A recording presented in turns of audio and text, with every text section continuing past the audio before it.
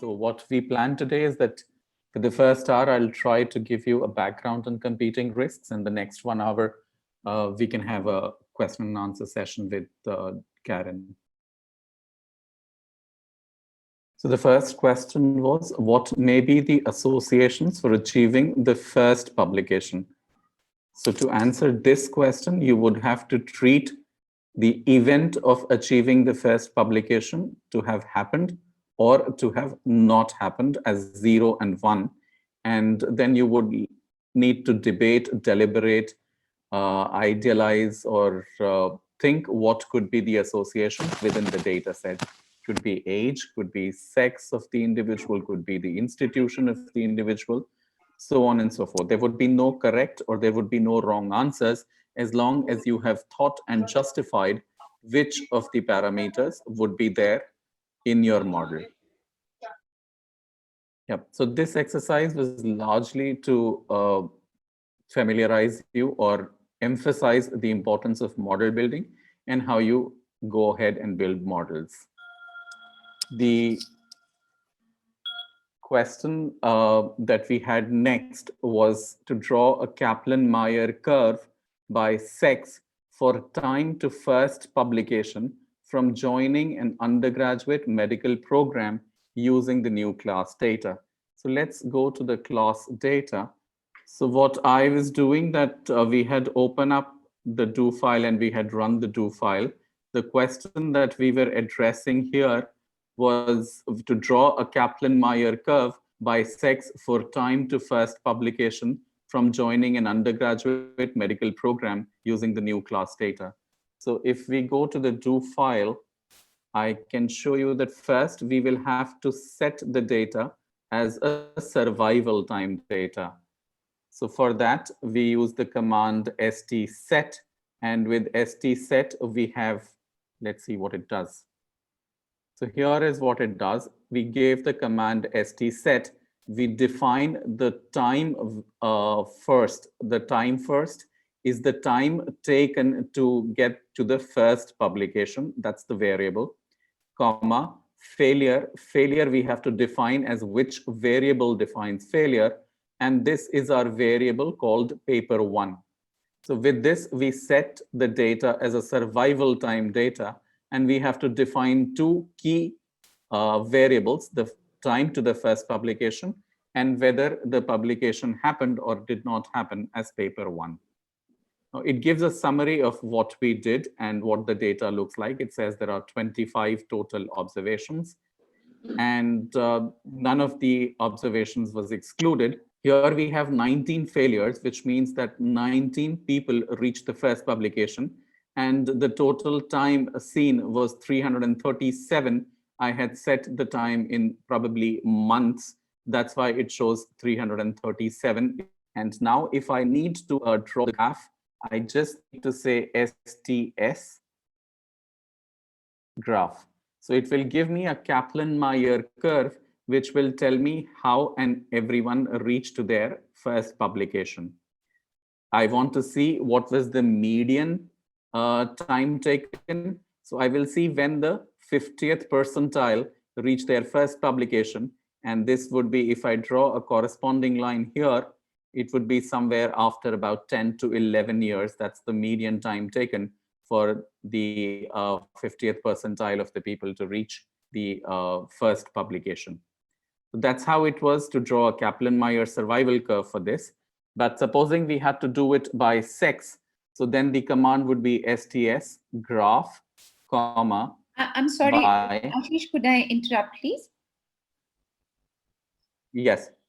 So in this, my query is that for the Kaplan-Meier, when I define the event is a failure. Let's assume it's a misnomer, but the event is actually termed a failure. And I need to grade it as, I need to score it or code it as 0 or 1. You have to code the event happening as 1. As 1. So the failure will actually be coded as 1. Yes. Okay. Okay. If the event did not happen, it is coded as 0. Okay. So the word failure is a misnomer. That is it's a failure. Yeah, I mean, it's just that. No way. It's the way it is. Yeah. By nomenclature. It's the confusing nomenclature. Yeah. So if you want to do by sex, it is just the same command, sts graph, comma, by sex. And it now gives me two different colors and two different curves.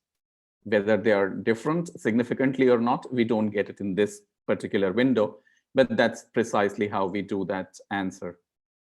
Now, if we go on to question number 3, it was what is the median time to first publication once the student joins undergraduate medical program? We just saw that it was 10 to 11 years. Next was to develop a Cox regression model for reaching to 10 publications and present the hazard ratio for reaching this outcome among those who have teaching as a hobby adjusted for age and sex. So here are, let's say, the outcome event is reaching to 10 publications, whether they reach or they don't reach, whether the individual reaches or does not reach. And we are interested in the association between having teaching as a hobby and reaching 10 publications. So reaching 10 publications is our Y, and this is our X of interest is teaching. Now we have two other confounders that we need to look for, the age and the sex. So our model, particularly for this question, will have 3 X's, teaching, age, and sex, and 1 Y, which is reaching 10 publications. Let's go and do this in the Kaplan-Meier analysis, or let's see in the Stata file. So this is the Stata file, and we have already ST set the data, and the command that we need to see is ST-Cox, that is the Cox regression model. It will already have the time to first publication or time to 10th publication, whichever we are doing, as the event which has already been set in this data set. So we just take ST-Cox for teaching and we run this. It will give us a Cox regression model, which it says that if we are doing a simple Cox regression, the females, I think, are coded, yes, of 0 is for females and 1 is for males. So males have 0.6 times of reaching the first publication as compared to females. So that means females have got a higher chance of reaching the first publication and males have not, although P is not significant here. If P were significant, that would be the understanding. Now, in the same model, let's add age and sex and see what happens. So age, sex, and teaching. So we enter these 3 variables. It will now give us the hazard ratios of all the 3 variables. That's how we attempted the questions in this particular exercise. So the learning objectives for today's sessions: 1, I would like to highlight what is the problem with survival analysis and why you may not be able to apply it to all your studies. 2, what can we do to rectify this problem? That is, use a competing risks model. 3, I would like you to intuitively understand the difference between survival analysis and competing risks. And 4, apply this modeling to your own research. Not very difficult, but you would need to pay a little bit more attention than what we have been doing. Now, censoring is a concept which we introduced last time, and it's a quick recap. What is censoring? Would anyone tell me what is censoring? So they are they are the candidates who have either left the study for some reason, or the data is missing, or they were lost to follow up, or the study ended before its intended time, and or it ended at its specified interval, but the people did not achieve the intended outcome. Absolutely. Absolutely. Thank you, Paramita. So that's exactly what it is. We do not have information about the occurrence of the event in some individuals after a certain point of time, for whatever reason it may be. But by the time we had the information, the event did not occur in them. That's censoring, period. Next, we had spoken about the hazard function. Hazard function in simple terms was just the probability of having an event in an interval, assuming, obviously, if they had no event before that interval. Please remember this. We will be doing more and more of this in today's session, but it's important for you to remember this particular definition today of the hazard, the probability of having an event in an interval divided by the length of the interval. Next, we have the survival function. We said it was the probability of surviving in an interval, obviously, if they had survived till that time. Hazard function is defined as h and the survival function as 1 minus h. Not rocket science again. And now we will define the cumulative incidence function and the competing risks function in this. So let's, for the next 5 minutes, I want total attention from your side. Let's see this as a timeline. We are first going, these are 5 time points that we are having, 0, 1, 2, 3, 4, 5. At any point of time, if you feel that you are not with me, please stop me. So here goes. I'm beginning and I would like 100% attention here. Let's define an at-risk group. So let's define this group which is at risk of having an event. Let's define that event as death. Let me also tell you there are about 30 people in this at-risk group. Let's see what happens, and let's also define a hazard function. So at the first time point, there has been no death, and there is a total group of 30 people. So the hazard at time 0 is 0. What happens at time 1? Let's see. We find that one person dies at time point 1. At this time point, now we have one event occurring, which is out of 30 people. So we have a hazard which comes at 0.033. It's simple, 1 divided by 30, no rocket science. At time point 2, another person dies. Now, what would be the hazard function at this point? Can anyone tell me what would be the hazard? 1 divided 29. Yes, absolutely correct. It will be 1 over 29 because now there were only 29 people in this risk set. So we have the hazard as 1 over 29. At time point 3, let's say 2 more people die. What happens? What is the hazard function at this time point? So there were only 2 deaths before this. Original had 30 people. So at the beginning of this time point, there were 28 people in the risk set. So the denominator will be 28, not 26. So 2 people died during this time point. And so we will have 2 over 28 at this point of time. That will be the hazard for this time period. Okay. So now in the next time period at point 4, no one dies. So we have the hazard of 0 over 26. That is 0 because no additional persons died in this. And at time point 5, let's say 1 more person dies. And so there were 26 people who started this time period. 1 person died. So the probability or the hazard would be 1 over 26, or the probability of dying in this time period is 1 over 26. And so that's 0.038. So Venkat, you had asked one question last time. Do you remember that question? Yes, sir. If censoring happens in between and if the number at risk falls down, why there is no step in the Kaplan-Meier? I think that applies here. So were you satisfied with the answer that you got the other day? No. Okay. So I will help you and try and solve that problem for you. And so thank you, sir. What I have defined here are time bins, right? So in this time bin, we said 2 people had died. Kaplan-Meier does not function with this methodology. Kaplan-Meier defines time bins by event. So in Kaplan-Meier, there can be no bin in which there will be 2 events. every event will have only one, every bin will have one event, because as soon as an event happens, it will define a bin. Okay, sir. Okay. You understand? So if one event did not, so these are only arbit points like 0.1, 0.2, 0.3, 0.4, and 0.5. I am not saying this is 1 day or 2 day or 3 day or 4 day.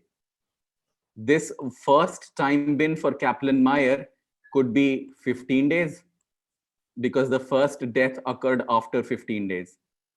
The second bin could be 27 days because no death occurred till 27 days. Right. So the length of the bin in Kaplan-Meier is variable from bin to bin because it will define a bin each time an event happens. Right, sir. Right? So Right. it does not define a bin each time censoring happens. Yes, sir. Yes, sir. If somebody dropped out on day 20, there will be no bin in Kaplan-Meier. Right, sir. So calculation will not happen at 20 days. Right, sir. Calculation will still happen at 27 days when the event occurred. Right, sir. So the dip will occur only on the 27th day. Exactly, sir. Exactly. So it will not happen on the 20th day because there was no calculation happening on 20th day. There was no bin being defined. True, sir. Can I ask a question, sir? Yes. Sir, let us assume there are only 3 people at risk. Mm-hmm. Say at between time point 1 and time point 2. Mm. So at time point 1, we have 3 people. Mm. And at time point 2, we have one person who had an event and one person has been censored. Okay. So at time point 2, so the number of events would be 1. Yes. The number at risk would have been 2 Yes. or 3. No, how many started that point period? 3 started. So it will be 3. One So it will be 1 censored. by 3. Yeah, it will be 3 1 by started. 3. Yeah. So it will be 1 by 3. 1 by 3. Yes. Yes. My doubt is that the numerator number of event is 1 is very clear. Yes. The number of people at risk during that interval. I am not worried about the size of the bin or the duration. Yeah. So let me correct you there itself, which will solve your problem. You said the number of people at risk during that bin, right? That is what the word you used? During the time interval between During 1 the and time 2. interval? During the time interval. So that word during is wrong. Okay. It is at the beginning of that time interval. So denominator is composed of individuals who started that time interval. Right, sir. Okay. So somebody got censored in between, but he started that time interval. I So the got it, sir. It's denominator very will clear. be composed. It's very clear. Thank you, Dr. Thank you so much. So what censoring will do, it will not reduce the probability, but it will determine the height of the step. Everything is clear. Too many people getting. Everything is clear. Yes, it's at the beginning of the time Thanks. interval. Yes. Yep. Okay. Got it. Thank you. Thank you, sir. Thank you. So let's now look at another scenario. Here again, we have got this same group of individuals, 30 group of individuals. That is our at-risk group. We define an event, which is death. We define another event, which is discharge. Let's see at point time interval 0.1, one person dies and one person gets discharged. Let's define a hazard function here again. And like the previous time, we saw that one person died. So we have 1 in the numerator and 30 in the denominator, and we have the hazard 1 over 30. Are you with me? Somebody say yes. Yeah. Yes. Cool. Let's see what happens in the time period 2. In the time period 2, one more person died and 3 got discharged. So what will be the hazard in this point time 2, time interval 2? Anyone? We had one person dying, and how many people were at risk at the beginning of this time interval? 1/28. Correct, absolutely correct. We will have 1/28, right? So what we have done is effectively we have excluded this guy who also got discharged while calculating the hazard. Let's see what happens at point 3. So at time point 3, again, we have 2 more people dying, and let's say 2 also got discharged. So now there were already, before at the end of the last time period, 6 people had exited from our at-risk group. So here the risk or the hazard will be 2/24. What happens in time period 4? 2 more get discharged, but nobody dies. So what we get is 0/20. And in the 5th time period, we have 1 person who dies and nobody gets discharged. So 2 people last time, so we had 2 less. So we have the hazard 1/18. Are we clear on this one? Ashish, I have a question for you. Yes, Suman. Yeah, Ashish, in this scenario, actually the death and discharge, are we taking death only the event or discharge, like how we are segregating both? Like I just want to clarification on that is why I had made so I had made these colors purposefully. This is the event of interest for only death. That is why we are taking the hazard for death in this example. Does that answer your question, Suman? Yeah, fine, Ashish. Thank you. Of this example, we chose death as the event of interest. So what we have just demonstrated is the concept of censoring. If you are clear till this time, now I'm going to introduce the next concept beyond this. So let's say that your interest for this particular example, this was a COVID ward and you were looking at COVID deaths. So in the previous example, what we did, we were interested in COVID deaths only. And so we were censoring everyone who was getting discharged. Suman, are you with me? Yeah, Ashish, I can hear you. Yeah. So I will just change or tweak the question a little bit.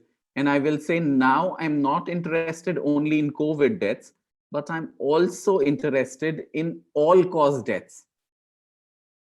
So even if somebody got discharged, he could have died the next day of an accident. I would still want to be interested in all-cause mortality. So I would still want to keep this person in my risk set for the next group, even if he got discharged. Does that make sense? Yes. Do you understand the difference between the previous question and the new question?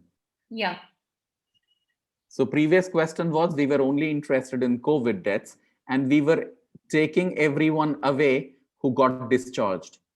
But now we want to keep them in our at-risk group because we want to study something like all-cause mortality. Let's see what happens. The data is not censored. Like anybody who was missing is still. It is censored for the moment. Let's not go into censoring at this point. We will just say that there are 2 events happening. Let's see this in this schematic. It'll become more clearer. We have the at-risk group again. We have the first event of interest, which is the death. Or let's say instead of discharge, it could have been a death from another cause. So I probably jumped the gun. That schematic is yet to come. Let's look at this example, which was death from COVID or death due to any other cause. Let's also define a hazard, which was 0/30 to begin with. Same thing happening like previous time. We are having 1 person dying of COVID and 1 person dying of the other cause. So let's see, What is the first hazard for death? Is 1 by 30. At this point, let us define another hazard, a hazard 2, which is the hazard for death from another cause. Are you with me? We have got this death from as other cause as hazard 2, which is also 1 by 30 in this period 1, because this one guy who died is counted here. And this one guy who died of COVID is counted here. Are you with me? Yes. So let's see what happens the next time. Next time, we already had one death each. The total number of people in the risk set was 28. If one more dies of COVID, and let's say 3 more died of other causes. So the hazard for COVID would become 1 by 28, as we saw in the previous examples. But the hazard for death from other causes, there were 3 people who died. So will become 3 over 28. So there are 2 hazards which are running in parallel in this schematic. Not very difficult to understand. First hazard 1 by 28, next hazard 3 by 28. Same thing happens in the next time. We have 2 more deaths here and 2 more deaths in the other group. So we get 2 over 24 and 2 over 24, the same hazard for both the deaths in the next time bin. Again, now 2 more deaths happened from other causes. Nobody dies of COVID. And so you have 0 by 20 is hazard 1 and 2 by 20 becomes hazard 2. Similarly, in the 5th time period, let's see, there were some more deaths and we got no deaths from the hazard 2. So we have 0 by 18 and 1 by 18 happening. So here what we saw was 2 parallel hazards. Anyone who has not understood what is happening here before I give it a name? This is called cause specific hazard, where one death from COVID is competing with death from other causes. So what we are getting is a cause specific hazard, and cause specific hazard is a type of competing risks analysis, which Karen must have been talking in one of her videos. Are we clear with cause specific hazard? Yes, sir. You're intuitively clear what is a cause specific hazard. You can understand it, you can internalize it, and you may not be able to do it on statistics, but this is exactly what cause specific hazards works about. Cool. So if we are clear so far, let's go on a little further and say survival analysis ke saath, what is the problem? What is the problem with survival analysis? Survival analysis was usually started to run for things like cancer and survival after cancer. It ran with the basic assumption that everyone is going to die sooner or later of cancer. If person dropped out, we said he was censored, but assumed that he's still going to die even after he goes away, although we don't know that he's going to die or not going to die. However, there are competing risks in life. Everyone need not die. If you're not studying a disease like cancer, or if you are studying a disease like infectious disease, somebody who's discharged or who's better and who goes home, let's say after getting cured of malaria, you don't expect them to die of malaria in the next 10 days, 20 days, 30 days. The basic assumption of censoring is flawed if you are doing something like an infectious disease epidemiology. Or everyone may not die of the same disease. Somebody can die of stroke. If he has already died of stroke, then he can't die of heart attack. Maybe you were trying to study a cause-specific hazard of dying of MI, but some patient died in the hospital of stroke. So if he has died of stroke, he can't die of heart attack. At this point of time, when you have these kind of competing interests, you do a cause-specific hazard analysis that we just saw in that schematic. So competing risks is nothing but an alternative to Cox regression when there are one or more competing risks, but it is different from censoring. Censoring believes that the event will happen, but it just obstructs you from viewing that event happening.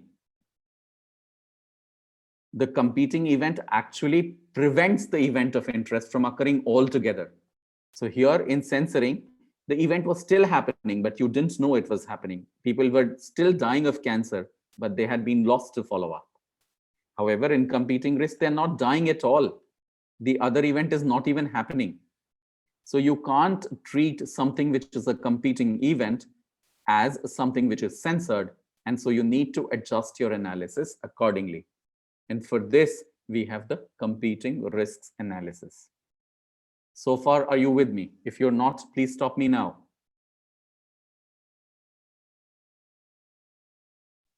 Dr. Ashish, could you please explain the difference from censoring again? Okay. So let's say that you were, Dr. Rashmi, trying to study what happens to patients who have achieved a remission after being treated for breast cancer. Some of them may die during your observation period. Some of them may get lost to follow up. But you assume in censoring that those who have got lost to follow up may die while you are not able to see them. You don't know whether they are dying or not, but you assume that all of them would be dying eventually. Does that make sense? Yeah, that's So correct. that is censoring.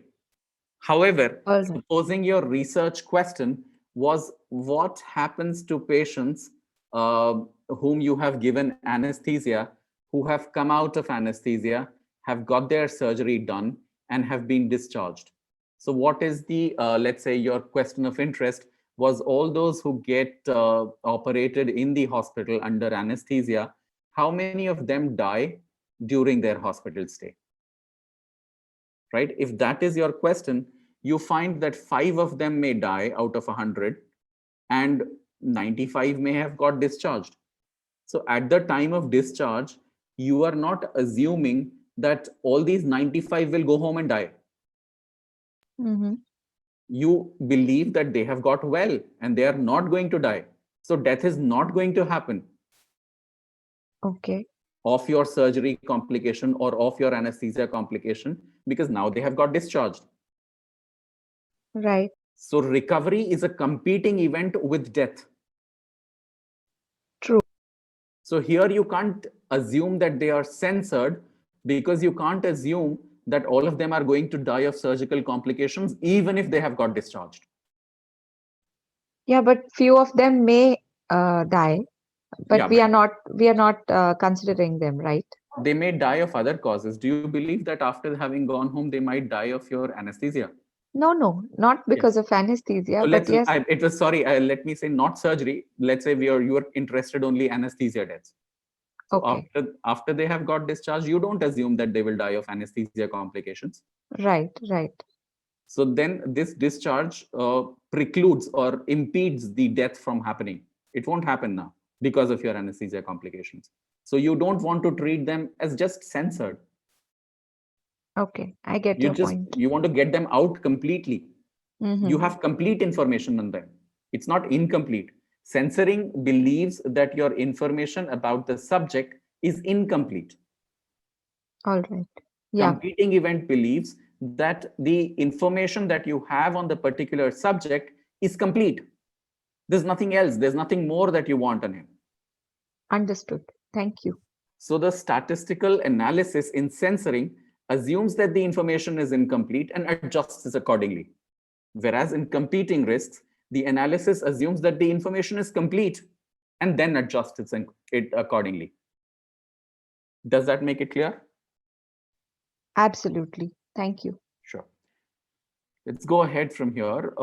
So Cox regression, we had the survivor function. We had probability of surviving beyond a given period of time. Now, there are two ways of dealing with competing risks. One was the cause-specific hazards that we just saw. In this, we saw that there is one cause of death and there is another cause of death. And both these causes are competing with each other. If a person dies of heart failure, he cannot die of stroke again because death will happen only once. Now, another model is the fine gray proportional subhazards model, or subdistribution hazards as it's called. This takes into consideration cumulative incidence function and takes the probability of event happening before a given time. We will, don't worry if you don't understand these sentences, you will understand them in just next 5 minutes. The commands that you use is stcreg and stccurve. So instead of stcox, here you are using stcrreg, and instead of stsgraph, you will be using stcurve. These are the two commands that you have for competing risks analysis. Let's see what happens. So again, if you give me your attention for the next 5 minutes, I promise that you will be clear with subdistribution hazards as before. We are doing the same thing. We define our group at risk, and we also define our event of interest as death. And we define the second event as discharge. You want to study all-cause mortality, and you believe that those who get discharged might still have a risk of death, so you want to keep them in your at-risk group. At time point 1 person dies and 1 person gets discharged. The same numbers, I've not changed the numbers. This is exactly what is happening now as it was happening in the previous slide. So your cause-specific hazards for death become 0 by 30 at time point 1. At time point 2 or at time point 1, it is 1 by 30. Same thing as before, no change. Let's at this point define a subdistribution hazard for death. Now, earlier what we did, we tried to model a parallel hazard for the second event. Here we are not doing that. Here we are modeling a sub-distribution hazard. Don't get worried about the terminology, but a sub-distribution hazard for death itself. So this is functional for death itself. Suman, this time again, the SDH is working for death. It's got nothing to do with discharge. So this hazard is also working for death. Okay. Let's see what happens at time point 2. At time point 2, we have 1 more person who dies, and we have, let's say, 3 people who get discharged, as it was happening in the previous example. So the cause-specific hazard, like we said last time, these 2 had been excluded from the group at risk. We started this time point with 28 people. 1 person died, so he became the numerator here, and we have the cause-specific hazard as 1 over 28. Does that make sense? Yes. Now I need someone to tell me what will be the sub-distribution hazard here.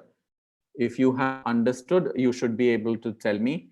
The principle behind it is you believe that this guy who got discharged has still the possibility of dying due to another cause, or we are looking at all-cause mortality, and we would like to keep him in our at-risk group. So what will be the sub-distribution hazard? Would it be 1 by 29 again? Anyone else has got any differing views? No, sir. 1 by 29. Perfect. So absolutely, you have got the hang of it. It is 1 by 29 because that person remains in the risk set. And if you have got this one, you've got sub-distribution hazards on your tips. Now, next, what happens? If you notice, these 4 people who got discharged, I have kept them still in the at-risk group. They're still there. At time point 3, 2 more people die and 2 more people get discharged. So your cause-specific hazard is 2 over 24 because these guys were all excluded, and the sub-distribution hazard only excludes these 2 people who died and are not in the risk set. But it does include all these 4 guys who were discharged, but keeps them in the risk set. So the sub-distribution hazard for this time point becomes 2/28. At time point 3, we have no deaths and 2 more people get discharged. However, all these 6 guys who were discharged continue to remain here in our risk set. And so our cause specific hazard remains 0/20, but here the denominator changes to 26 because it includes these 2 guys who got discharged at the last time period. And finally, if we say in the last time period, 1 more guy died, then the cause specific hazard is 1/18 because it excludes everyone who died or discharged till the end of the last time period. But the sub-distribution hazard remains 1/26 because it keeps all these guys in your risk set. This period, nutshell, this is all that is there to sub-distribution hazards and cause specific hazards. And this is all that is there to your competing risks analysis. What I want to do now here, now listen carefully. This will take your understanding to the next level right here. So you have understood this example on the schematic diagram that we have been talking about for the last 1 hour. Okay. Well, So what you do is look at the recording and try and see the example, what was happening in the example. So what I have done for the next 5 minutes is I have created a dummy data set, a fictitious data set.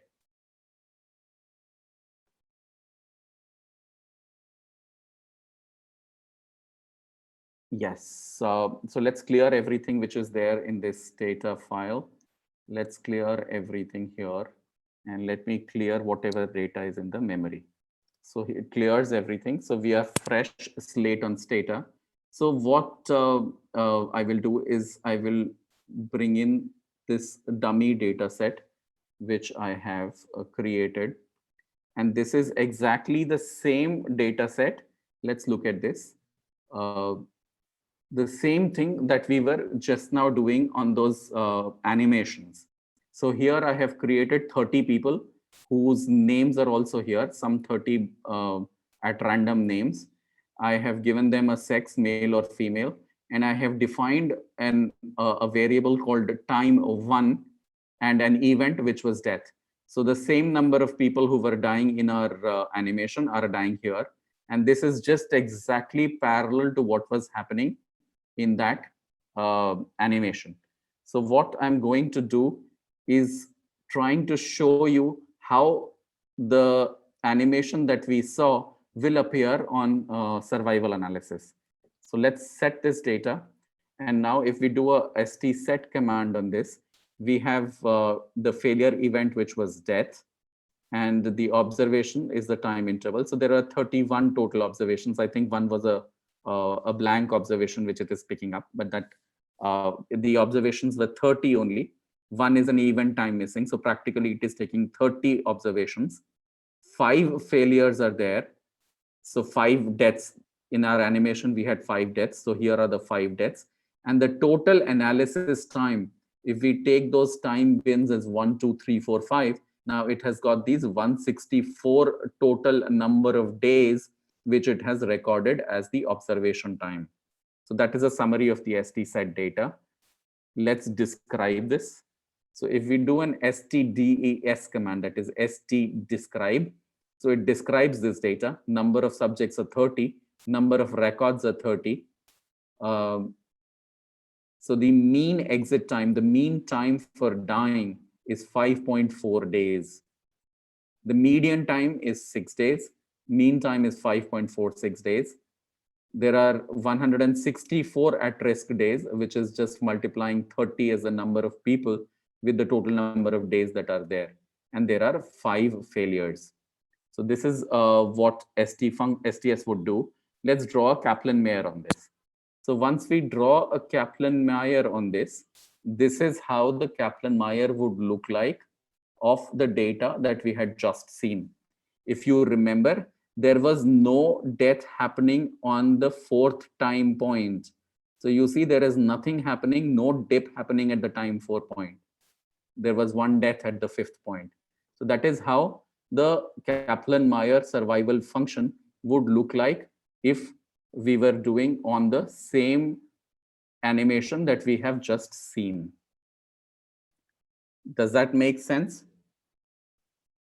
Let's see what would happen if we were doing a Cox regression analysis on sex on the same data that we had. So this is how it would appear.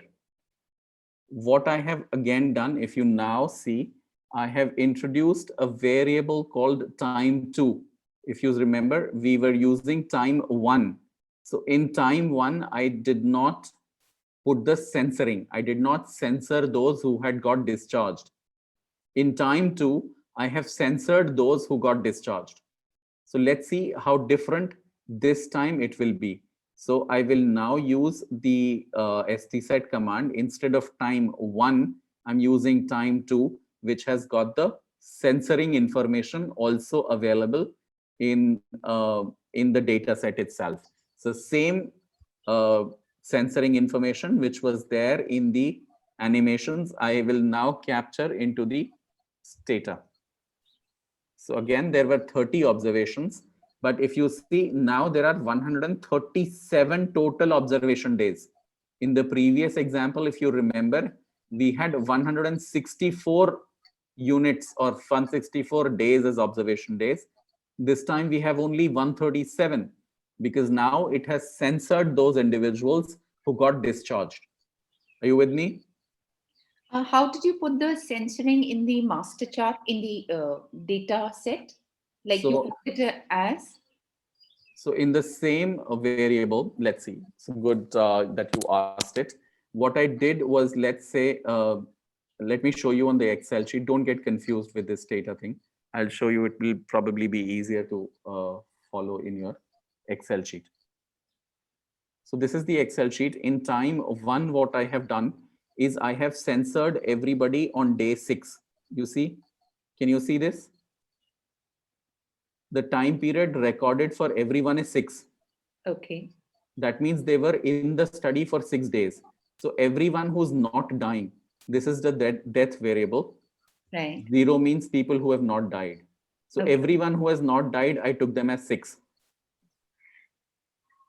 Okay. That means they were all there in the study for 6 days if they did not die. Okay. Nobody was censored. So absence of the event or absence of the failure, you put the time to that event as the maximum of 6 maximum for all. 6, because my study was 6 days. So I observed everybody was 6 days. Nobody was discharged.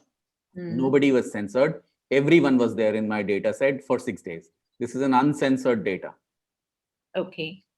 You're watching the first cut of the film. Everything is visible. Nothing is censored. Fine, fine. So these guys who had died, I have put them as at the same numbers we had in the animation. One person died, Rahul died on the first day. Right, Vijay died on the second day. Suman died on third day. Ashwin died on third day. And Monica died on 5th day. With me?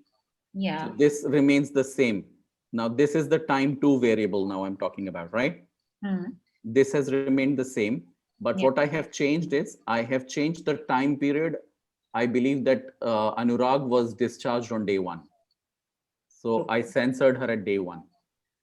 This is actually what had happened, that this patient was discharged at 1. So this is the uncensored data, we'll say. No, and this is the censored. censored This is the uncensored data where nobody was getting discharged. Okay. Here, people are getting discharged, and those who are getting discharged are getting censored. But this is actually what happened. So it depends on actually, because first schematic that I showed you, nobody got discharged. If you remember, and if you were following closely, this was the first schematic that I had showed you. Okay, In this, there was nothing called discharge, correct. right? So Right. everybody was in the risk set till day 6. And that's when my study ended. I just Yes. didn't observe beyond that. Okay. Correct. So I put all these guys. I put all these guys as 6. Those who remained, they remained in my data set for 6 days. So when I made that time 1 variable, I put everyone as 6. Okay. Next, I went on to this schematic where people were getting discharged now. Okay. So you remember there was 1 person getting discharged here. There were 3 people getting discharged here. There was Yeah. another 2 people getting discharged here, so on and so forth. Yeah. So this information I included in that variable, which was called time 2. Ashish, would you mind if I dive in? Yes, please. Absolutely. Hi, Karen. So let me introduce, I didn't notice that you had joined. I was so engrossed in engaging with them. Yes, definitely. So let me introduce Karen as the professor of biostatistics, and she's currently holding the chair of the biostatistics department. And yes, Karen, all yours. Yeah, and so I think that this is an opportunity to make the distinction between censoring and competing risks, actually. And so, you know, and Ashish, if you could put that Excel sheet up again, I think that it's actually very helpful, you know, for us to look at together. Yep. Yeah, this is great. And so, so the time 1 variable, actually, we would call that censoring, you know. So censoring means any time that our ability to observe an individual ends and they have not yet experienced the event, you know. And so that's often called administrative censoring when the study ends. And, you know, we can think of that often as happening pretty randomly. You know, the study doesn't end contingent on what the patient's status is. It just ends because it has a limited amount of time, which was determined at some point. And so in that case, it's probably reasonable to think that, you know, people, you know, who are censored have the same risk as people who remain in the study. Now, in this example, it looks like everybody is censored at that time. The study ends. But you can imagine with rolling in recruitment, right? The study can just end, you know, at a certain fixed time. Then the time 1 variable would contain different lengths of time for people because they entered the study at different times. Right. But just because the study is ending randomly, it's reasonable to think that someone who is censored earlier has the same risk as somebody who remained in the study at that point, you know, unless there's something of a cohort effect going on. Yeah, so that's what, you know, we call censoring. Now, time 2, in contrast, is something that we've urged treating as a competing risk. And so when people are discharged, right, it's a different matter from when just, you know, the study administratively happens to end. People are discharged because they've gotten better.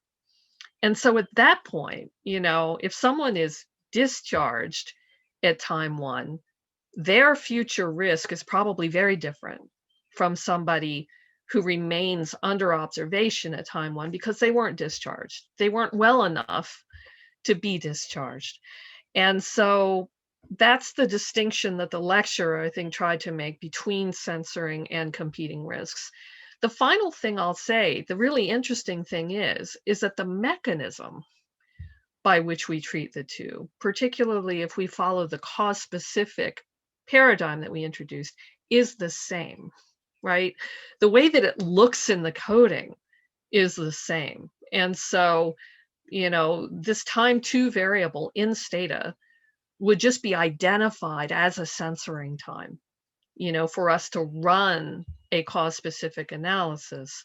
The only difference then is in careful interpretation, as well as in different visualization statistics that we would prefer to use. So let me pause and see whether that was clear, or either Ashish or I can further clarify.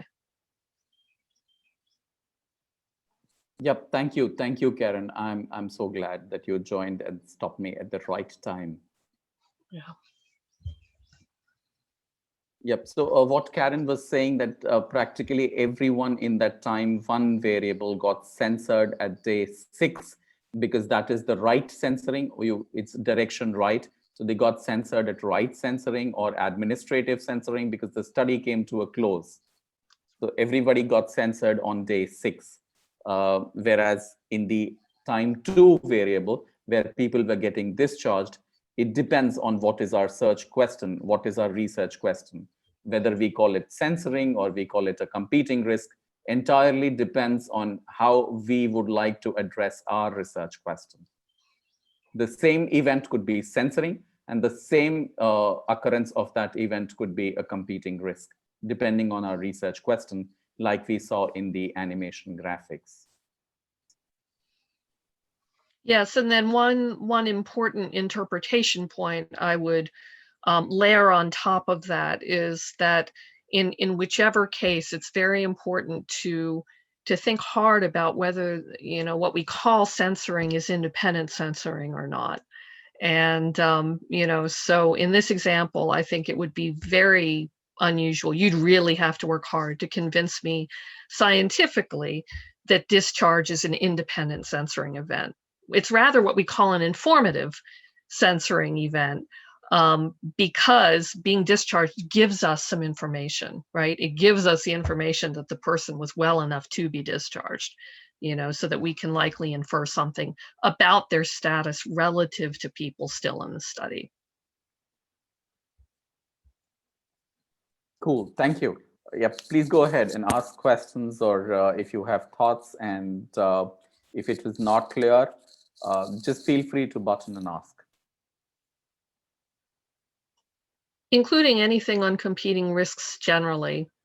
And if even, not, oh, go ahead, Ashish. Yeah, anything beyond competing risks also. Karen is the master.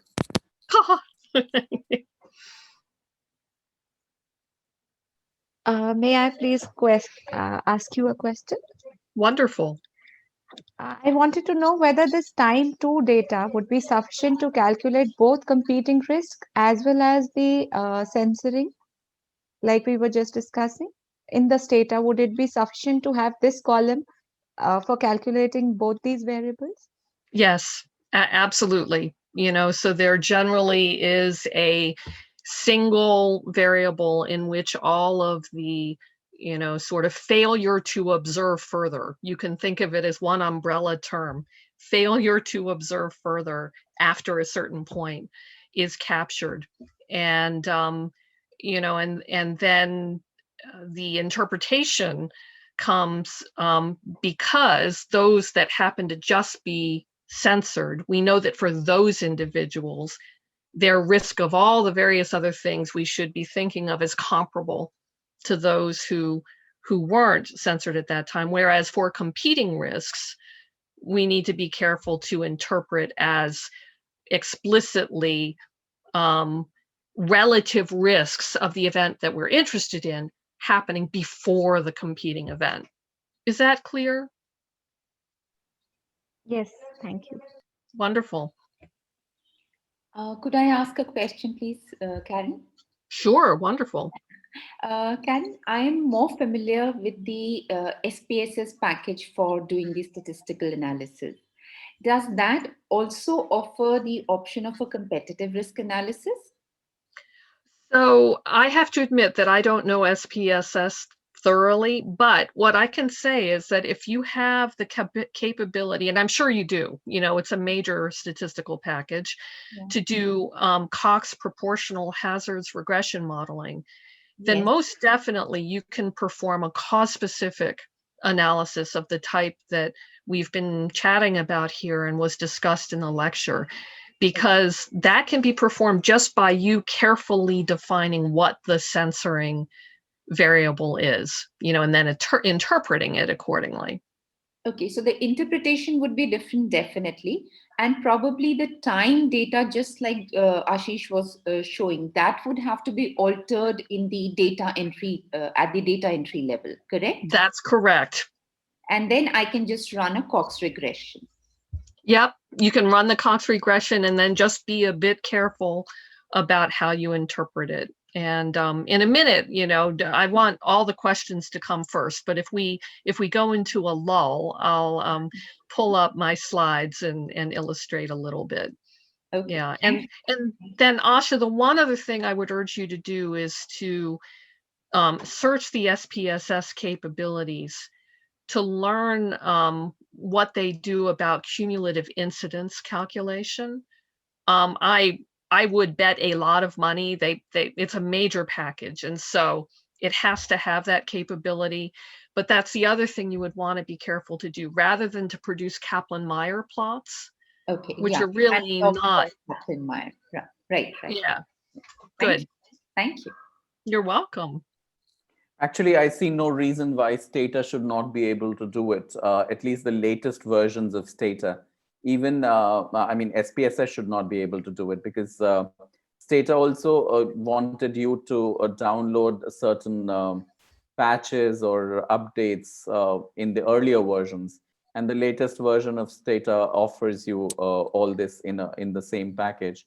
The same will be true for SPSS. There is no reason why it should not be able to do. They are competitors neck and neck against each other, just like Pepsi and Coke. So they will give all the benefits. Yeah, no, I agree with that. With one thing to be a little careful of, that SPSS traditionally has lagged some of the other packages in how advanced it is. Now, what we're talking about is not particularly brand new, so for sure it should have this stuff. But just as a general consideration, in the past at least, I've found that SPSS lags the latest developments behind some of the other packages. That's one reason that I have not latched on to use it. Okay. Actually, in SPSS, there is one, of course, the Cox regression itself, and then it does talk about some time-weighted Cox regression. So maybe so that's different, actually. Yeah, time-weighted Cox regression could well be referring to time-varying regression models, where the covariates are actually changing over time. Okay. And so that's a different matter than we're talking about here. So I would really look up the keywords: competing risks, cumulative incidence, and then the other keyword you can look up is subdistribution regression. Right. I'll do that. Thank you. Great. Hi, Karen. I'm Nishad. I'm a neonatologist. Pleasure to meet you. Hi. Yeah, thank you for those videos. They were really informative. I had a question about something you mentioned during one of those videos. In neonatology, for example, in my line of research, competing risks are a big issue, because many neonates die, and for almost any outcome, say blindness or abnormal neurodevelopment at say a couple of years of age, death becomes a major competing risk. So we usually use, at least in, I think half the published studies use a composite outcome to kind of overcome that. You did show a slide with event-specific curves and an overall curve on top of that. So I'm asking about the combined overall curve. Would that be similar to the one that the Kaplan-Meier curve you can obtain for a composite outcome? So I'm going to pull up my slides just so that we can see what you're talking about. And I think the answer is no, because so I think this is my overall picture. And all that meant was overall according to various covariate groups. So this was not overall according to a composite outcome. And so, but to answer your question is a very good one.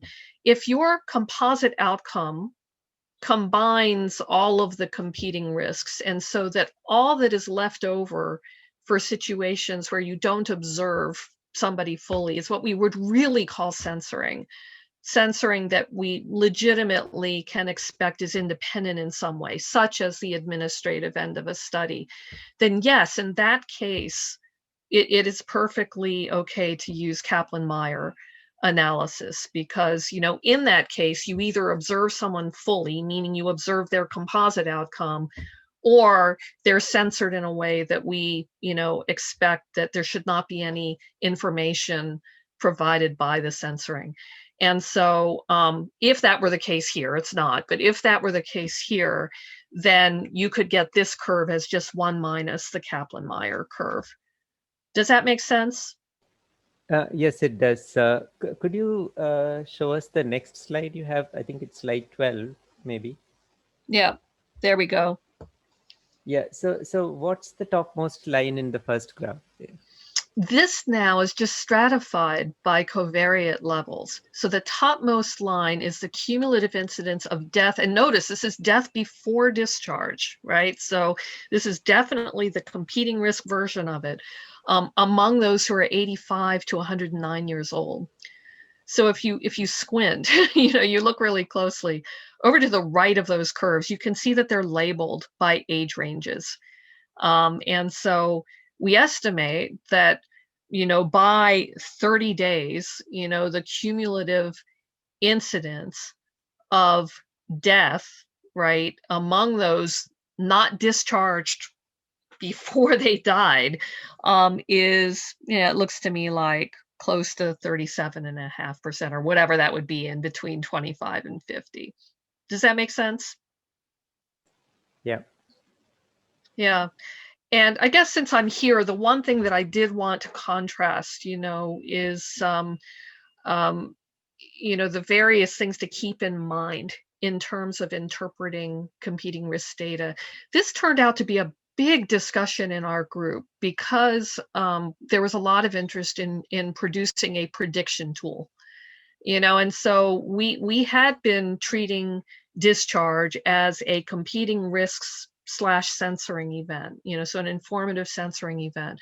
But people found that they were wanting to interpret the predictions as just, you know, the predicted probability of dying period among the whole, you know, cohort.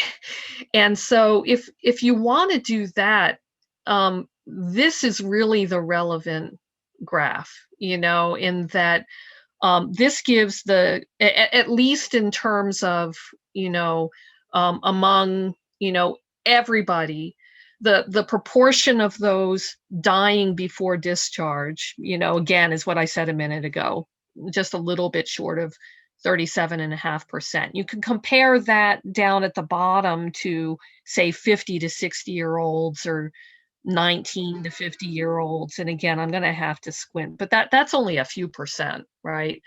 And so, you know, we can see that in terms of a prediction point of view, you know, predicting the likelihood of dying in the hospital, it's enormously higher for older people than for younger people.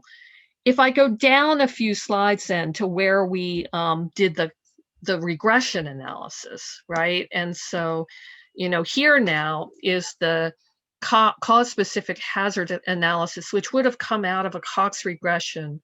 And if we look at the right, you know, oh, actually, I want to be careful here. I want to be, because this is actually before severe status as well. So I guess I don't have the right analysis here. But what I could say is that even in that case, you know, look at the, actually, I think I'm going to stop. I'm realizing just in real time that, you know, what I'm saying is not going to give a good comparison.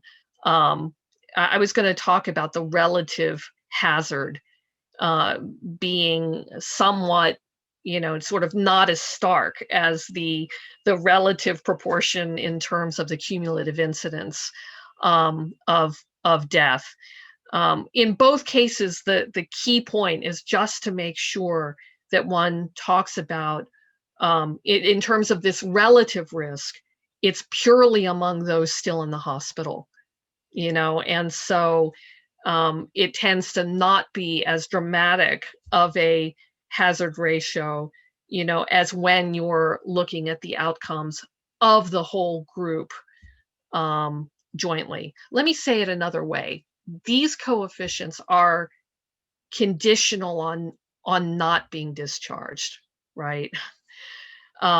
Whereas up here, the comparison is for the joint event of death before discharge overall, where other comparison groups would be people who actually were discharged.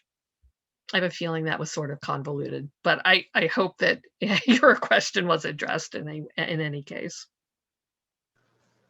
Hi, Karen. I would like to ask a question. Yes. Hi. You mentioned that in competing risks, one risk precludes from the other risk happening, right? Well, at least the way you define it, right? And so go ahead and then ask your question. Okay, but in the cumulative incidence function, there you keep considering the denominator remains the entire population. You don't preclude, you don't exclude people who have suffered at least a competitive event or something. Yes. So, these are like contradicting each other.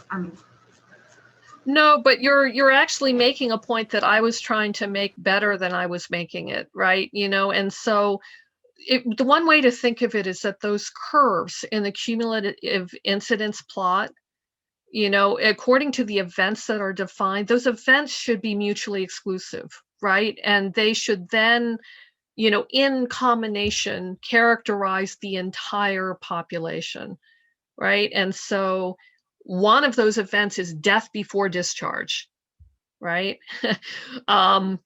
Actually, the way that it's defined in that plot would, well, no, it would be death before discharge. In another version of that plot, we might want to characterize in a more finely grained way all of the things that could happen in terms of which event came first. And so for some set of people, remember, these were all hospitalized people. So for some set of people, they're discharged before they ever progress at all. For them, discharge would be their event. For other people, they progress to severe disease, right? And by definition, they couldn't have died before that happened. So they progress to severe disease before. And so for them, their event would be that they progress to severe disease before dying. Then for another group of people, their progression is straight to death. And so for them, their event would be death before discharge or before progression. And so that then would be the totality of things that can happen in the natural history of a hospitalization. You go into the hospital, either you progress to severe disease, right? That's one, at least first outcome. Or you progress to death before to severe disease, or discharge, that's another outcome, or you're discharged before either one of those happen, right? And so a cumulative incidence plot that completely delineated at least the natural history of, what meaningful event happens to people first would have those three bins in it. Does that make sense, Paramita? Yeah, somewhat. I need to read up more. Let me additionally add, and Karen, correct me if I'm interpreting this correctly. You could visualize, Paramita, like we were discussing, somebody who dies of, say, myocardial infarction cannot die of stroke. And if these are the two competing risks that we are trying to handle, one, people dying of stroke, and two, people dying of myocardial infarction. These are mutually exclusive of each other because one event, if it happens, the other event cannot happen. So this is exactly what we will do in a cause-specific hazards. But when we do a cumulative incidence function, we might be looking at an all-cause mortality and trying to see the composite event where we are not bothered why people died, whether they died of stroke or whether they died of myocardial infarction. That's not our question of interest, but we want to see what was the cumulative function of death. Okay. So death is an essential. No, death is an essential part of life, but I'm just giving an example of how you would statistically address it. In a cohort of hypertensives that you're following up, and you want to find out what proportion develop stroke and what proportion get myocardial infarction, and they don't die. So one event does not preclude the occurrence of another. Yeah, so if you set up your question that way, then definitely, obviously, one event doesn't preclude the other. But again, it all comes back to the same thing. How do you set up your research question? Okay. If you're looking at death, if you're looking at death, yes, they are mutually exclusive. If you're looking only at the occurrence of hypertension or an occurrence of myocardial infarction, then they would still need to be in the risk set. Then you would start thinking of a sub-distribution hazard rather than a cause-specific hazard. Okay. But it all depends upon what you are trying to address and how. I have a question.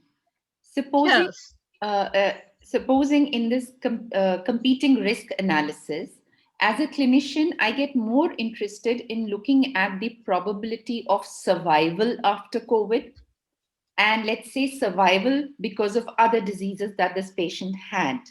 So does everything remain the same when I run the analysis, except the interpretation, or does the coding change, or do I have to identify the event as a discharge now? So that should be put as 1 and death will be 0, and then the interpretation will be for survival. Yeah, no, it's pretty much that latter one. So it sounds to me in your case, your interest would be in the outcome of discharged alive. Yes. Right? Yes. That's right. And so absolutely, that would become your event of interest. And then the censoring events would be death, right? If somebody died in the hospital, then that would become, you would code it as censoring, but it would need to be interpreted as a competing risk, right? Because if they die in the hospital, they can't possibly ever after go on to be discharged alive. And then you might also have regular censoring of people who just are still in the hospital when your study ends. Okay, so this would be, death would be the competing risk for survival. Correct. Okay, okay, thank you. Yeah, absolutely. No, I know it's a little convoluted, but for us it's very convoluted, Karen. Yeah, but at least, you know, if if one grasps it, then it's very nice that the existing machinery can handle these analyses, just if one is tricky, right? You know, or it sets up one's censoring in the right way. Okay, and in this case, when I'm talking of survival as my outcome of interest, then let's say the analog of Kaplan-Meier, which would be the cumulative incidence, would be talking about survival now or death? You could set it up to talk about either, you know, but for you, what you just described, I would think that what you would be interested in would be to talk about survival. And in fact, I've been looking on my computer for some figures that I have, and I think I have found one that is relevant to what you're talking about. And so let me just see. Severe death. Actually, I'm looking at these plots and I'm realizing that they were, the ones that are up on my computer were not done correctly. They can't have been done correctly. This was a very early version that we went on to correct. And okay, so I'm going to go ahead and take other questions, but I'm going to keep looking because I know I have this curve somewhere. Yeah, and so Perdana, it looks like you've unmuted. Yeah, thank you. Thank you for the opportunity. I would like to ask whether can we perform this cause-specific hazard for multiple hazards? I mean, let's take an example. I want to take a diabetes patient. They can die from stroke, myocardial infarction, infection. So there is more than one hazards that I would like to analyze. Is it possible with this?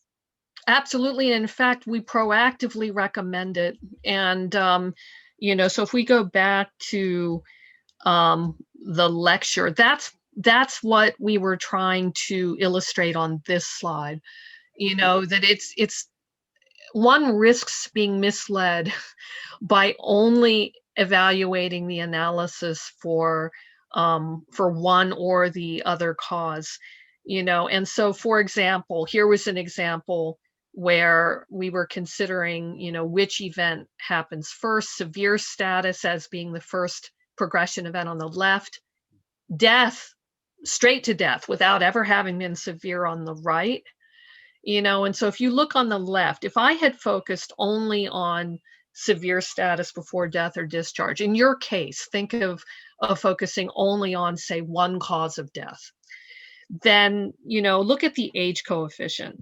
Nothing going on, right? There's a minimal, hazard ratio that's only minimally away from one, not, confidence interval well includes one. And so if all I had done would be to look at the analysis on the left, I might conclude age doesn't have anything to do with COVID bad outcomes, right? It's only by looking at the other competing risk on the right that I see, oh, wow, age is largely associated, older age, with death before severe status or discharge. And so in your case, this happens all the time. If you're only interested in, if one only looks at the analysis for one of the causes, it's not uncommon to have coefficients that just don't make sense. One looks at them and thinks, how can that be right?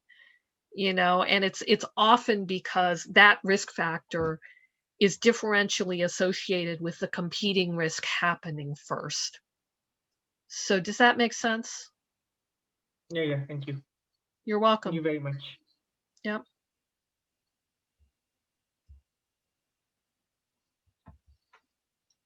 What else can we do, if anything, to clarify things?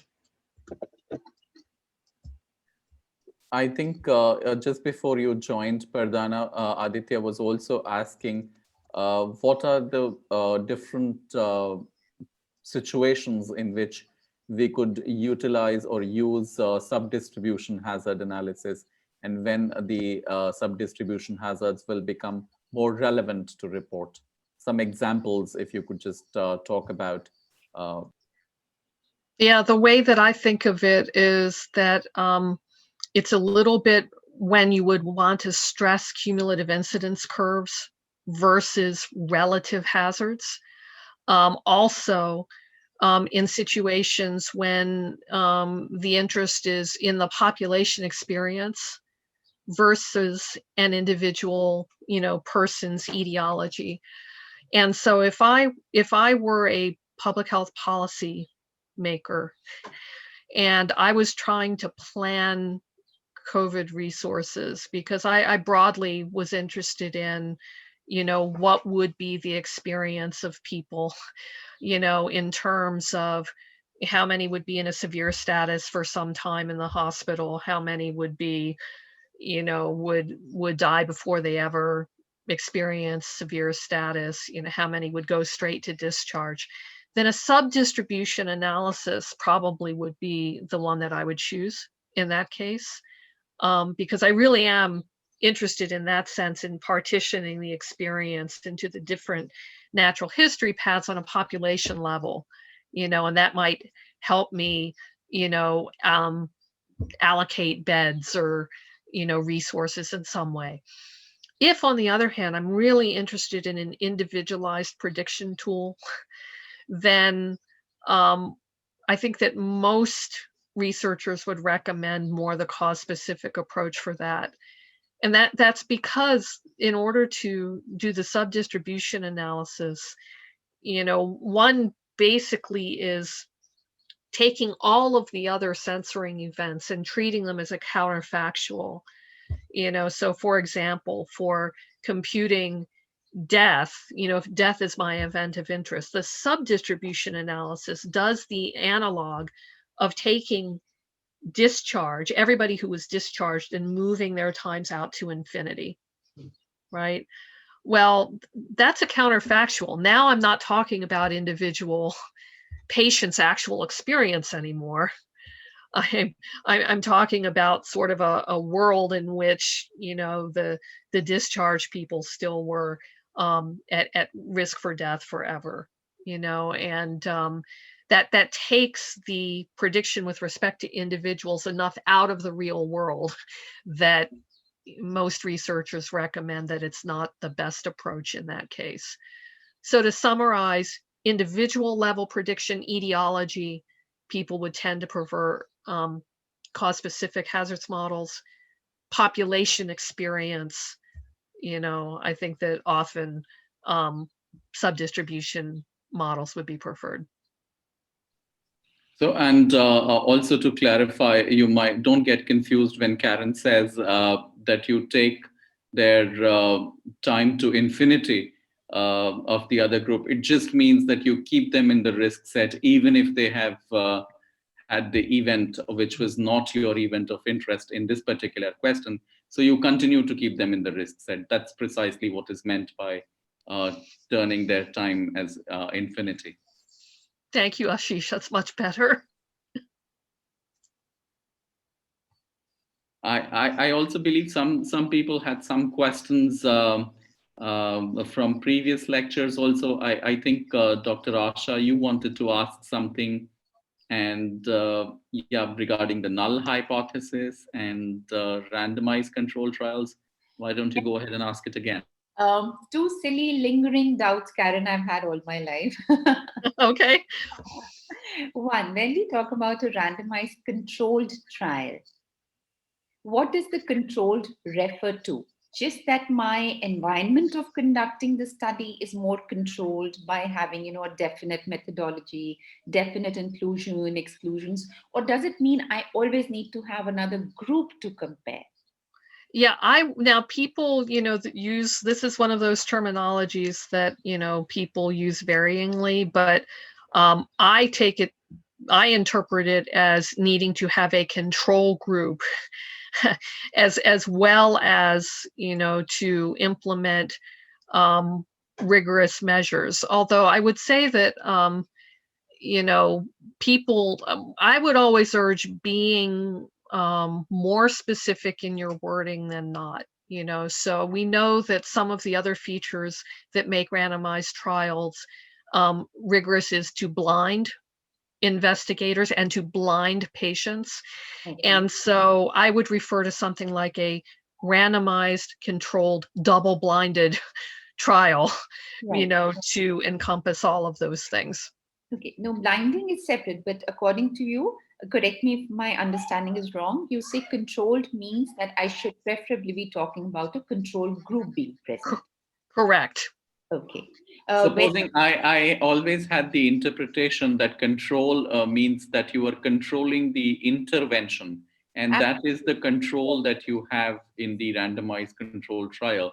So is that interpretation incorrect, that the control doesn't refer to the control you have over the intervention that you're doing? Well, I sort of infer it's the same thing, because if you're controlling the intervention, then by definition, I would say that some are not receiving it, right? You're controlling who receives it and who doesn't. And so that implies that they're, that randomized, means that some don't get it, right? So that is the existence of a control group. So even if those multiple groups where one doesn't get the intervention X, but gets an intervention Y, even then it would be controlled, or is it the absence of any intervention which is controlled? No, thank you for asking that. It means that there is a comparison which the investigator controls And then by saying randomized, it means that the allocation is random. Yeah, and so I would count, multiple comparator treatments as opposed to a true control as a randomized controlled trial. Thank you. Thank you. Yeah. And the second I had been talking about, I've already forgotten. What was it, Ashish, I've been wanting to ask? Why is null hypothesis Yes. called the null hypothesis? Yes. So Karen, Yeah. I mean, while we have based our entire assumptions and presumptions and methodology upon trying to reject a null hypothesis, what if we had started by trying to reject the alternate hypothesis? I mean, how has this come around? Is this just convention? Is this belief? Yeah, it's the definition of the paradigm, and so so absolutely it wouldn't necessarily have had to be that way. This is a paradigm that arose, back in the 1930s or so. And, I think of null as being a straw man. I don't know if that's a US term, but the null hypothesis is, sort of the status quo. And so in hypothesis testing, we begin with a status quo, and and then we collect evidence, and we depart the status quo for an alternative if the evidence is sufficiently strong to indicate that we should do so. Now, the term null has arisen because, it has become convention by and large for that status quo to be no effect, no difference, so with a drug, for example, we force companies to prove to us that there is a difference. The status quo is that there's none, right? That's because we are cynics and we don't want to believe that there's anything new, different or better. Right, without strong evidence, right? Yes, yes.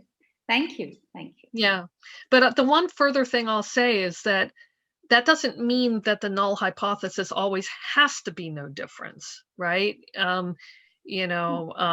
So it could be that my status quo is, I'm just going to make something up because it doesn't happen often. It does actually happen in the US FDA though with devices. So I'm on a tangent a little bit, but for some reason, United States law is that devices are judged under a different standard than drugs or biologics. And, basically that is that manufacturers are allowed to start with sort of the existing state of evidence. So I, as a manufacturer, could say, look, here's a device that already, the previous version of the device already has been shown to have a difference of some amount versus, not doing anything at all. And I think that I've made an improvement to it, and so their null hypothesis could be a difference of some positive amount versus nothing, right?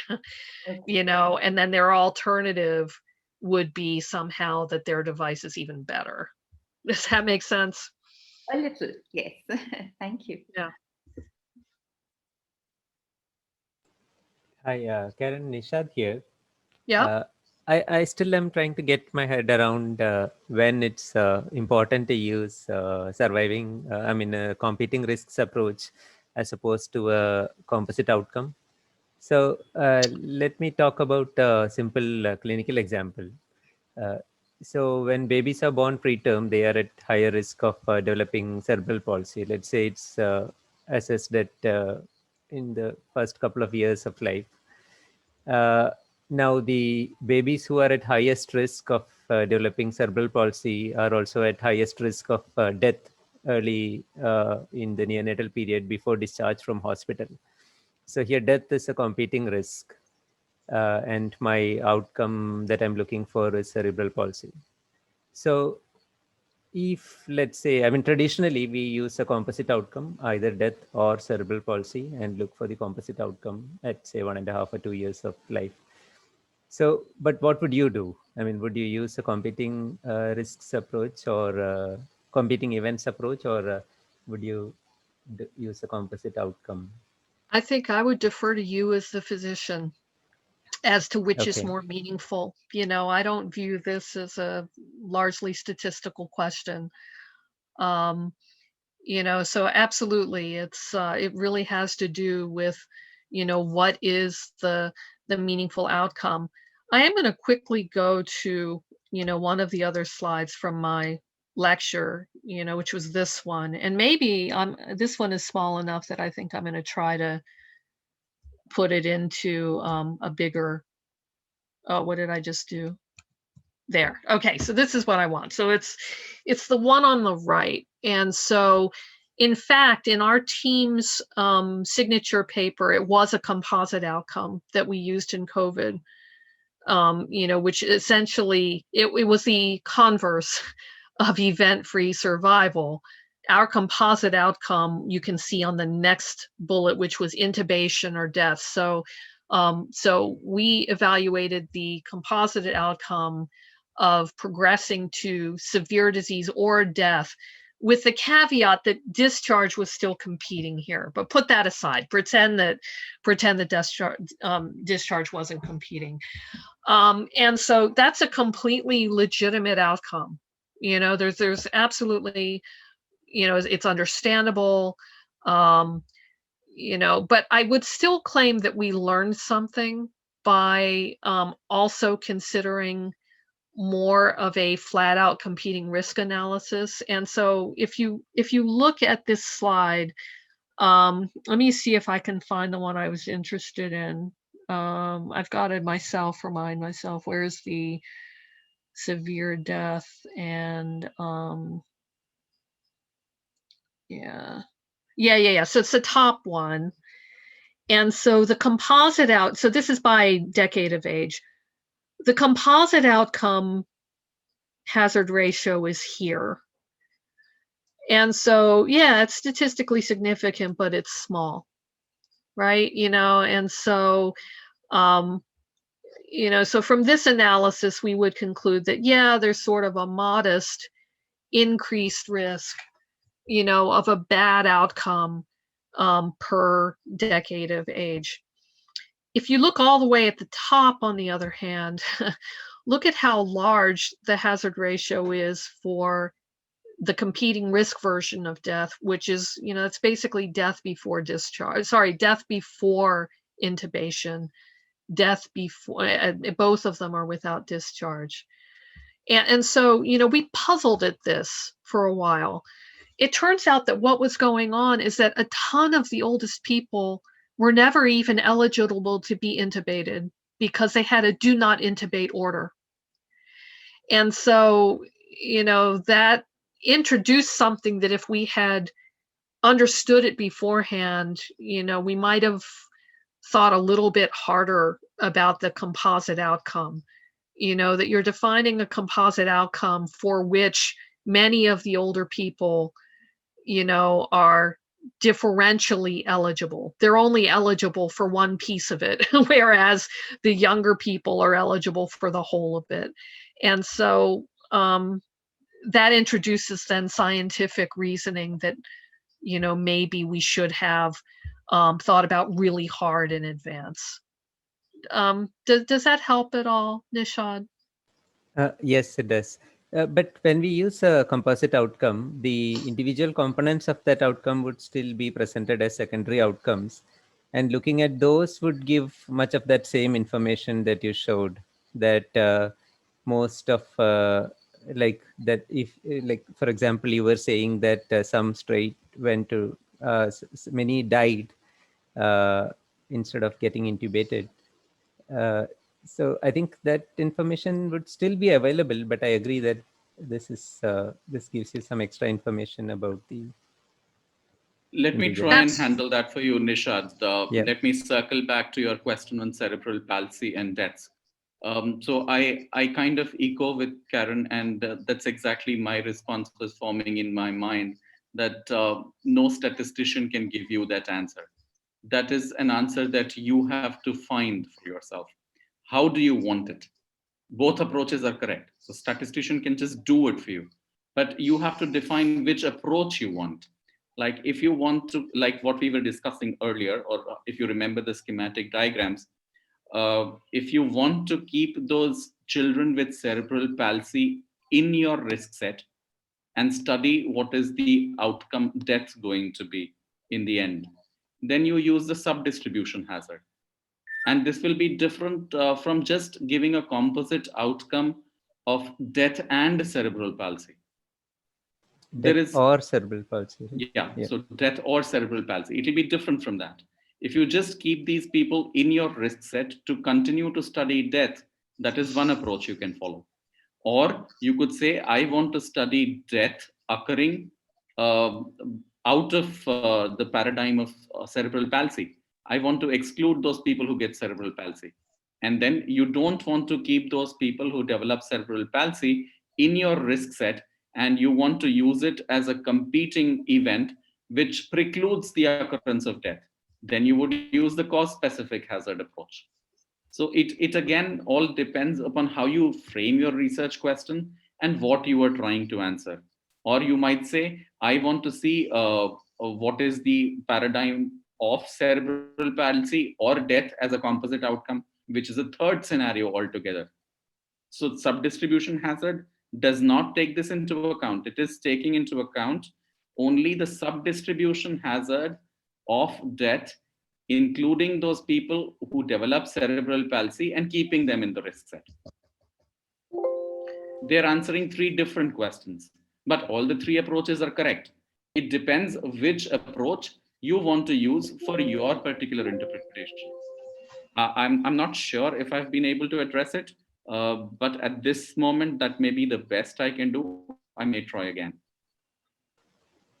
And then Dishant, I also do want to say that I liked sort of the very last thing that you were saying, you know, that absolutely, if you believe scientifically that a composite outcome is correct, there's absolutely no reason why you can't perform secondary analyses, you know, from more of a competing risk point of view to just potentially elucidate that further, you know. And so in this case, you know, doing the cause-specific analysis, or I think sub-distribution analysis, would have shown the same thing, probably, you know, allowed to give some extra interpretation and subtlety to, you know, the composite outcome, that, man, that's really driven by death, right? You know, that it's for these older people, you know, that death before progressing to severe disease is really a big deal.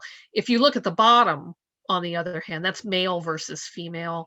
You know, the composite outcome at the very bottom is very, very much like the severe disease competing risk, you know, point estimate further up. It's not that different from death. And so for, you know, for male versus female, a paper, I think, would not belabor, you know, competing risk versus composite outcome. It's clear that the story with the composite outcome is basically telling the story.